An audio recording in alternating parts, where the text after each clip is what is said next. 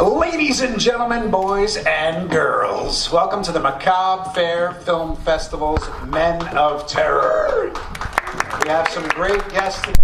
I don't know if was anybody in the room here for the Women of Horror earlier today, or we have a fresh audience? You were here for that? Awesome. We're going to spend about 45 minutes or so talking with these gentlemen who've kindly stepped away from their tables so that you can learn a little bit more about them. We'll start right from my left here. We've got Robert Mukes. Woo! Jim Crut. Howdy. We have Edward X. Young. Hello. Warrington Gillette. And Jonathan Tiersten. Hi. Once we get these mics sorted. We got a malfunction. Costume? It wasn't. I'm sorry, we stepped on your introduction because his mic wasn't working. It's all right. It's all good. Warrington? And Jonathan Tiersten. Warrington Gillette and Jonathan Tiersten. You know what? We'll keep this. I don't have any females here to say ladies first. So we'll start from the left and work our way down. And when we get down to Jonathan, he finishes up. I'm going to open up for questions from the audience if you'd like. Come on up. I'll give you the mic. Introduce yourself and ask a question or two if you'd like. So we'll start off with Mr. Mukes. House of a Thousand Corpses, obviously. That's why you're making your rounds on the convention trail. Right. I got lucky to be in that film. It was pretty cool to work on. Right. But before that, I know you did some basketball and things like this. What was the impetus and how did you find your way into acting in the first place? Let's see, after college, I played basketball for 5 years in Europe. And to get my basketball contracts, I played in summer leagues in Los Angeles. So hanging out in Los Angeles playing basketball, you interact with all different types of people that were raised there, etc. USC students, guys that played for UCLA and everything like that. And some of the guys that played for the local colleges, a couple of them, the guys were telling me about commercials and stuff, and I never even really thought about television or like basketball players that were on television were like NBA stars. And I remember telling a friend of mine, he's like, you should do commercials. I'm like, that's for Magic Johnson and Larry Bird. That's how old I am. I'm like, what are you talking about, man? I'm a European basketball player. They're like, no, as an actor. And I kind of like just blew it off, like whatever. And towards the end of my basketball career, I saw a guy that I played against in summer pro leagues, and he had a big Burger King commercial where he's like just chomping down on a Burger King sandwich, and he wasn't that attractive, and I could outplay him too. So I thought, so I told my girlfriend, I'm like, look, he's the guy from the summer league.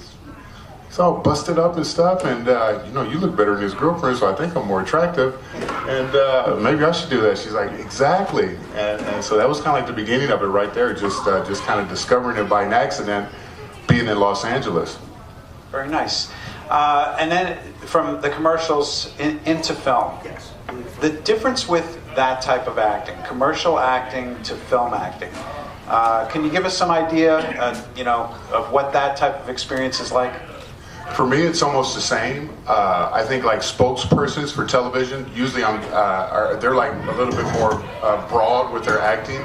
But for me, it's almost the same because typically I'm just the same character. So the commercials that I've gotten, it's just like for a big, mean, bad dude. And it's kind of like a joke into something where there's a smaller guy that I'm like intimidating, and then they bring the product up within the commercial.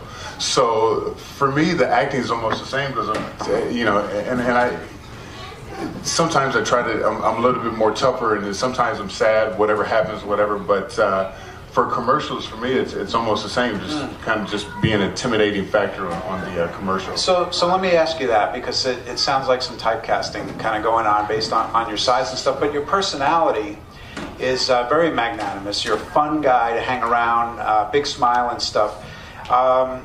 You're obviously playing to the strength with what the casting directors are looking for, but as you're beginning to grow more as an actor, if an opportunity was there to challenge yourself and break out of that, how do you feel about chasing another genre? Absolutely. Whatever role I get, I audition for everything. But typically, there's so many actors auditioning.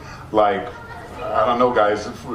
how many people go to an audition that we audition for? There's got to be, for me, being a mean, bad dude, there's got to be like 250 guys. And then for like smaller guys, there's like thousands. So typically, the writers and the producers or whatever, when they go to the table to pick their cast, they pretty much have a solid idea of what they want. And I don't really get invited to the parties to play the soft guy or the lawyer or the doctor or whatever like that. Well, but it's just fine being comedy. typecast. Say it again. I can see you doing comedy. I have done comedy, Yeah. but it's always, an average sized guy, and then you're a little bit tough on your wife, and then your wife's brother comes to town, and you're like, hey, babe, I love you. I'm sorry for the misunderstanding. Are you sure about that, Adam? You sure you're sorry about the misunderstanding there? All right, cool. See you later.